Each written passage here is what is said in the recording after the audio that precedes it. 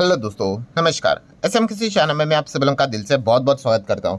दोस्तों, आज के दिन की भी अगर हम लोग बात करेंगे, जो लाल रंग है वो पीछा ही नहीं छोड़ रहा है। सेंसेक्स की बात करेंगे तो 600 पॉइंट से ज़्यादा डाउन। निफ्टी की बात करेंगे तो 200 प्लस पॉइंट की गिरावट, लगभग 1% के आसपास भी आप चाहो तो कह सकते हो। एंड काफ़ी कुछ वॉलेटिलिटी भी हम लोग को बाजार में देखने को मिली। मतलब शुरुआत तो थोड़ा ठीक ठाक देखने को मिला था, जो कि एक्सपेक्टेड था अमेरिकन बाजार के चलते।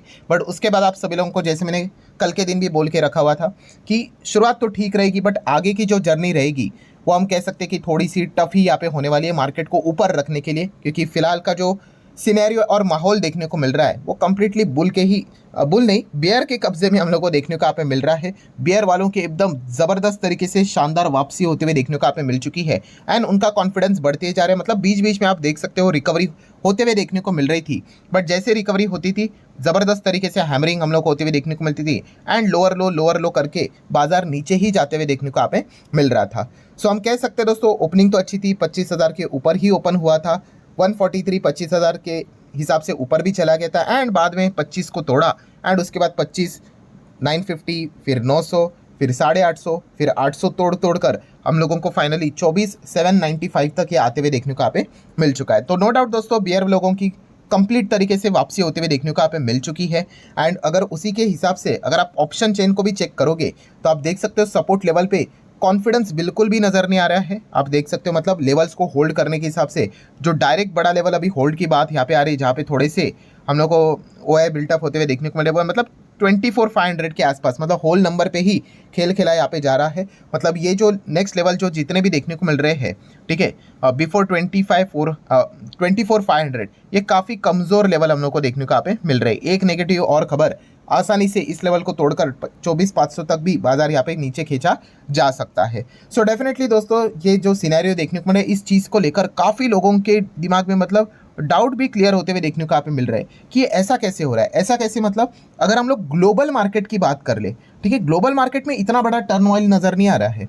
अगर आप चेक करोगे, डाउ जोन्स की भी बात करें तो फ्राइडे के दिन 350 पॉइंट, नियर बाय 1% ऊपर ही था। देन जापान की बात करें तो लगभग 2% की तेज़ी हम लोग को देखने को यहाँ पे मिली।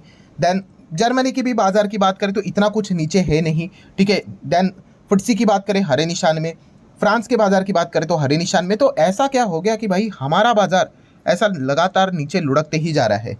तो दोस्तों, ऐसा बिल्कुल भी नहीं होता है। मैं अगेन कह रहा हूँ कि काफ़ी सारे लोग वही गलत फॉर्मूला लगा रहे हैं। उनको लग रहा है कि भाई अमेरिका का बाजार ऊपर इज इक्वल टू हमारा बाजार ऊपर जाएगा, वो नीचे तो हमारा बाजार भी नीचे। तो ऐसा नहीं है, आपको सिनेरियो समझना पड़ेगा कि चल क्या रहा है। एंड फिलहाल जो चीज़ें यहाँ पे चल रही है उसके पीछे का आप रीज़न आइडेंटिफाई करोगे, जो कि मैं ऑलरेडी एक्सप्लेन कर चुका हूँ काफ़ी वीडियोस में, ठीक है। तो वो रीज़न हम लोग को इंटरनली देखने को मिल रहे हैं। इंटरनली मतलब हमारे देश के अंदर कुछ चीज़ें हम लोग को ऐसी देखने को मिले, जिस चीज़ के चलते ये वॉलेटिलिटी और जो प्रॉफिट बुकिंग देखने को मिल रही है, गिरावट देखने को मिल रही है, करेक्शन जो देखने को मिल रहा है, वो इंटरनल रीज़न के चलते देखने को यहाँ पे मिल रहा है, ठीक है। ग्लोबल मार्केट में अगर कुछ हुआ, ठीक है, बड़े स्तर के ऊपर, तो वो भी तो इम्पैक्ट ज़रूर देखने को मिलेगा। बट जो भी चीज़ें अभी चल रही, खास करके उसका इम्पैक्ट हमारे स्पेसिफिकली बाजार के ऊपर होते हुए देखने को मिल रहा है। एंड कुल मिला के अगर हम लोग बात करें, ना तो 3 ना तो 4, कुल मिला के वही 5 पॉइंट्स हम लोग को देखने को यहाँ पे मिल रहे हैं, जिसके चलते हमारे इंटरनली मार्केट में हम लोग को एक गिरावट देखने को मिल रही है। जैसे कि अगर मैं बात करूँ पॉइंट नंबर 1 की, सो ऑलरेडी हम लोग इसको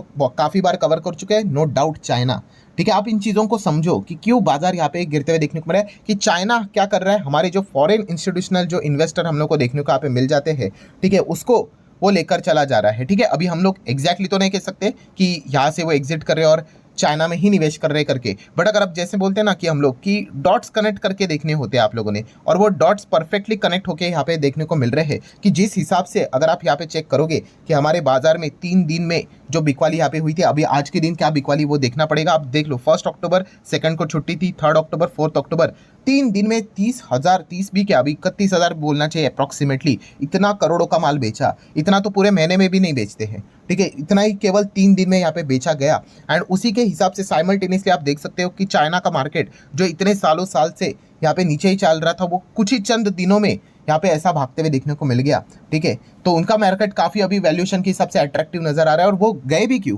क्योंकि वहाँ पे सरकार ने स्टिमुलस पैकेज अनाउंस किए, रेट कट करना स्टार्ट कर दिया, रिजर्व रेशो कम कर दिए, मॉर्गेज रेट कम कर दिया। आप घर ले रहे हो तो आपको सस्ते लोन यहाँ पे मिलेंगे। तो ये सारी चीज़ें उन्होंने एक के एक बाद यहाँ पे अनाउंस यहाँ पे कर दी। एंड इसी चीज़ के चलते उनकी तो इकोनॉमी हमसे कई गुना बड़ी है, आप सभी लोगों को पता ही है। अमेरिका के बाद चाइना की इकोनॉमी है, 18.5 की इकोनॉमी हम लोग को देखने को मिल जाती है। ठीक है, हम तो फिलहाल अभी भी 5 को ही टारगेट यहाँ पे कर रहे हैं। ठीक है, तो वैल्यूएशन के हिसाब से वो काफ़ी अट्रैक्टिव था, बट वहाँ की सरकार सुन ही नहीं रही थी, मेजर्स दे ही नहीं रही थी। एंड जब उन्होंने अनाउंस किया तो वहाँ पे अभी हम लोगों को फॉरेन इंस्टीट्यूशनल इन्वेस्टर हमारे मार्केट से क्या कर रहे हैं, प्रॉफिट बुकिंग करके वहाँ पे जा रहे हैं। ये काफ़ी स्ट्रॉन्ग पॉसिबिलिटी हम लोग को देखने को मिल रही है। एंड आज के दिन की भी बात करें, जो कि डेटा शाम को ही आएगा, काफ़ी ज़्यादा स्ट्रॉन्ग पॉसिबिलिटी लगती है कि शायद से आज के दिन भी वो कुछ ना कुछ तो माल लेकर यहाँ पे जाएंगे। अभी लेकर बेचे के ही जाएंगे नेट बिक वाली, तो कितना करेंगे वो देखना एक इंटरेस्टिंग फैक्टर यहाँ पे रहने वाला है। सो ये चीज़ें क्या है, ये हमारे देश से रिलेटेड है। ठीक है, क्योंकि एशियन मार्केट की अगर हम लोग बात करें, ठीक है, तो हमारा मार्केट काफ़ी अच्छा कर रहा था, आज भी अच्छा कर रहा है। ओवरऑल बड़े स्तर की अगर हम लोग बात करें तो हाँ, शॉर्ट रेंज की बात करें तो ये टर्मोइल देखने को यहाँ पे मिल रहा है। ठीक है, तो ऑल्टरनेटिव पैसा घूमता रहता है, तो अभी उनका बाजार फॉरेन इंस्टीट्यूशनल इन्वेस्टर को काफ़ी अट्रैक्टिव लग रहा है, तो वो पैसा वहाँ पे जाते हुए देखने को मिल रहा है। तो ये इंटरनल रीज़न हम लोगों को पता होना चाहिए, जो कि ऑलरेडी मैं कवर कर चुका। सेकंड रीज़न कौन सा है, तो क्रूड ऑयल। क्रूड ऑयल में आप सभी लोगों को पता है हम बहुत बड़े इंपोर्टर है क्रूड ऑयल के, एंड ये देखो रुकने का नाम ही नहीं ले रहा है। क्रूड ऑयल अभी इतने टॉप लेवल पे भी 2.25% भाग चुका है, मतलब कुछ ना कुछ वापस वहाँ पे डेवलपमेंट हो चुकी होगी। मिडल ईस्ट की अगर हम लोग बात करें तो कोई ना कोई एडवांस खबर यहाँ पे ज़रूर आप लोगों को देखने को मिल जाएगा। आप सर्च करोगे गूगल के ऊपर तो आपको इजीली मिल जाएगी। मतलब वही ईरान इजराइल की अगर हम लोग बात करें, माहौल अभी भी डिस्टर्बेंस वाला ही देखने को यहाँ पे मिल चुका है। जिस प्रकार से इसराइल के प्राइम मिनिस्टर जी ने ये बात बोल के रखी हुई है कि भाई ईरान को अटैक का कीमत चुकाना ही पड़ेगा, और जो बाइडन ने भी पहले ही बोल के रखा हुआ है कि वो शायद से ईरान के ऑयल के फैसिलिटीज़ के ऊपर अटैक कर सकते हैं करके। मतलब ऑलरेडी क्रूड बढ़ रहा है, वो तो नॉर्मल वॉर के चलते वैसे भी बढ़ता है, रशिया यूक्रेन हुआ था तभी भी बढ़ा था, एंड ऊपर से ये बोला जा रहा है कि ईरान के ऑयल फैसिलिटीज ही उड़ाई जाएंगी। मतलब तो क्या ही बोलने का कि क्रूड कहाँ से कहाँ चला जा सकता है शॉर्टेजेस के चलते। ठीक है, एंड इस चीज़ का इम्पैक्ट हम जैसी कंट्री के ऊपर, क्योंकि हम बहुत बड़े नेट इंपोर्टर है क्रूड के, ठीक है, आप सभी लोगों को पता है टॉप 3 में हम लोग आते हैं, तो हमारे लिए तो काफ़ी नेगेटिव खबर रहेगी। ठीक है, ऊपर से अगर हम लोग देखेंगे तो डॉलर मजबूत हो रहा है, ठीक है, क्रूड महंगा यहाँ पे हो रहा है, मतलब डबल झटके लगते हुए देखने को यहाँ पे मिल जाते हैं। यूजुअली ये झटके एक साथ ही आते हैं, क्रूड महंगा होता है, डॉलर स्ट्रांग होता है, तो ज़्यादा दिक्कतें हम लोग को होती हुई देखने को यहाँ पे मिल जाती है। सो ये one of the strong reason हम लोग को कई समय से देखने को मिल रहा है, और अनसर्टिनिटी से भरा हुआ है कि आगे क्या होगा, अटैक होगा तो इतना तो पक्का ही है, कब होगा, डेट टाइम क्या होगा, करेंगे तो किसके ऊपर करेंगे, कितना नुकसान करेंगे, ऑयल के ऊपर ही होगा या नहीं होगा, तो ये देखने वाली चीज़ है। एंड इससे भी हम लोग डायरेक्टली यहाँ पे लिंक है, तो ये दिक्कत देखने को मिल रही है। पॉइंट नंबर 3 की बात करें, आरबीआई इस चीज़ के चलते पैनिक में यहाँ पे आ चुका है। ठीक है, शक्तिकांता दास जी की अगर हम लोग यहाँ पे बात करें, ठीक है, वैसे ही वो पहले ही इन्फ्लेशन को लेकर काफ़ी ज़्यादा चिंतित थे, एंड अभी हम लोग यहाँ पे कह सकते हैं भाई इंटरेस्ट रेट के कट के सपने तो देखने ही नहीं चाहिए, काफ़ी ज़्यादा वो सपने कम ही होते हुए देखने को मिल रहे हैं, बिकॉज इन्फ्लेशन यहाँ पे बढ़ेगा, क्रूड जितना महंगा आप सभी लोगों को पता है, एंड अभी भी अनसर्टेनिटी है। ठीक है, अगर क्रूड बहुत ही ज़्यादा मान के चलो अगर 100, 110, 120 चला गया, ऐसे माहौल में इन्फ्लेशन कहाँ से कहाँ चला जाएगा। ठीक है, और ऐसे सिचुएशन में रेट कट नॉट पॉसिबल। ठीक है, नॉर्मल बुकिश नॉलेज के हिसाब से भी अगर हम लोग देखें तो मतलब पूरी बैंड ही बच जाएगी। तो हम डेफिनेटली इतना तो कह सकते हैं, इस वक्त की जो एमपीसी की बैठक हम लोग को देखने को मिल रही है, ठीक है, उसका आउटकम 9 अक्टूबर को देखने को मिलेगा। उससे कुछ खास उम्मीद रखना कि रेट कट होगा करके, मुझे नहीं लगता कि बाजार उम्मीद लेकर चल रहा है। इसी सारी चीज़ों को वो फैक्टर इन कर रहा है कि रेट कट नहीं होगा, एंड अगर रेट कट नहीं होगा तो आपको पता है भाई कि लिक्विडिटी क्या हो जाएगी, नहीं आएगी बाजार में, क्योंकि बाजार को लिक्विडिटी पसंद होती है। रेट कट अगर होता है तो ये काफ़ी बड़ा मिसमैच भी देखने को मिल जाएगा कि अमेरिका में रेट कट यहाँ पे नहीं हो रहा है करके, तो एकदम से अचानक से ये सिचुएशंस हम लोग को क्रिएट होते हुए देखने को मिल चुका है। यार बाजार में ये सिचुएशंस ऐसी आते हुए देखने को मिल जाती है। पॉइंट नंबर 4 की बात करें, नो डाउट तो हमारी देश के अंदर जो चीज़ें अभी घटना होती हुई देखने को मिली कि सेबी ने डिसीजन ले लिया फ्यूचर एंड ऑप्शन से रिलेटेड। सो आपको पता है ये रेस्ट्रिक्शन डाल दिए हैं, तो इस चीज़ के चलते भी अभी आपको वॉल्यूम्स कम होते हुए देखने को मिलेंगे। हाँ, अभी तो आप कर सकते हो, बट धीमे धीमे करके 20 नवंबर ऑनवर्ड्स ये चीज़ें कम होते हुए देखने को मिलेगी। देन अप्रैल फेब की बात करें तो और कम यहाँ पे हो जाएंगी। ठीक है, तो ये भी एक हम लोग को नेगेटिव रिएक्शन भी साफ साफ देखने को यहाँ पे मिल रहा है।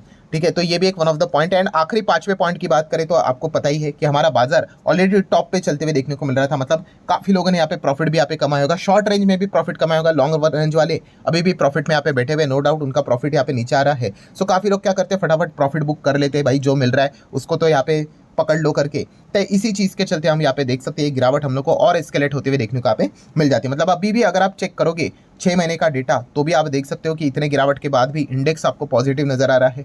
साल भर का डेटा देखोगे स्टिल इंडेक्स 27 नजर आ रहा है। 5 साल का डेटा अभी भी 119% के रिटर्न्स नजर आ रहे हैं। ठीक है, मतलब क्या है कि जिन्होंने पहले से निवेश करके रखा हुआ है, ठीक है, वो तो फायदे में, शॉर्ट रेंज वाले भी फायदे में है।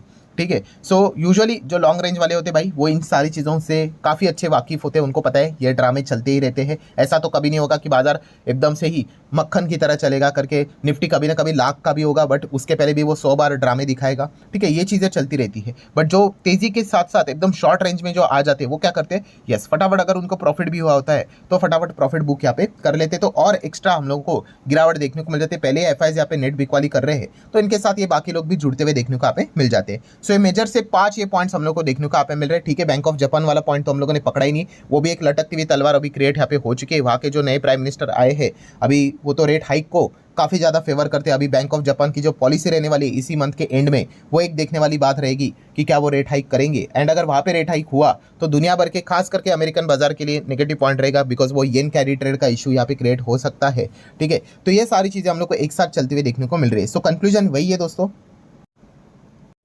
कि बाजार में हम लोग को बहुत ही शानदार तरीके से वापस बियर वालों की वापसी होते हुए देखने को यहाँ पे मिल चुकी है, ठीक है। एंड हमेशा की तरह बियर वाले जब आते हैं बाजार में एकदम हो हल्ला मचाकर यहाँ पे आ जाते हैं, ठीक है। बुल को अगर बाजार को ऊपर लेके जाना है काफ़ी मेहनत करनी पड़ती है, ऐसा ऐसा ऐसा ऐसा करके, बट बियर को वापस अगर वापस मार्केट को यहाँ पे लाना है चंद दिन काफ़ी होते हैं उसी लेवल को मैच करने के लिए, ठीक है। तो इसीलिए देखा जाता है कि लंबी पारी खेलना मार्केट में काफ़ी मुश्किल यहाँ पे होती है, ठीक है। थियरी में बोलना अलग बात होती है, प्रैक्टिकली टिके रहना एक अलग बात होती है, ठीक है। तो आप देख सकते हैं काफ़ी सारे लोग अभी जो लॉन्ग टर्म की बातें करते थे वो अभी क्विट करने की बात यहाँ पे कर रहे हैं, ठीक है। वो हर किसी का अपना अपना चॉइस होता है। सो आशा करता हूँ दोस्तों आपके डाउट्स क्लियर हो चुके होंगे, ठीक है। बाजार हमारा ही क्यों गिर रहा है, बाकी ग्लोबल मार्केट में इतना ज़्यादा टर्मोइल यहाँ पे क्यों नहीं है करके, तो ये मेजर 4 से 5 कारण देखने को मिले और ये सारे कारण हम लोग को ज़्यादातर करके इंटरनली ही देखने को यहाँ पे मिल रहे हैं। या फिर आप ऐसा भी कह सकते हो कि ये कारण हमारे मार्केट को ज़्यादा तरीके से नेगेटिवली इंपैक्ट यहाँ पे करवा रहे। इजराइल ईरान वॉर से दुनिया में परेशानी देखने को मिल रही है, बट क्रूड के चलते हमें और एक्स्ट्रा प्रॉब्लम हो रही है।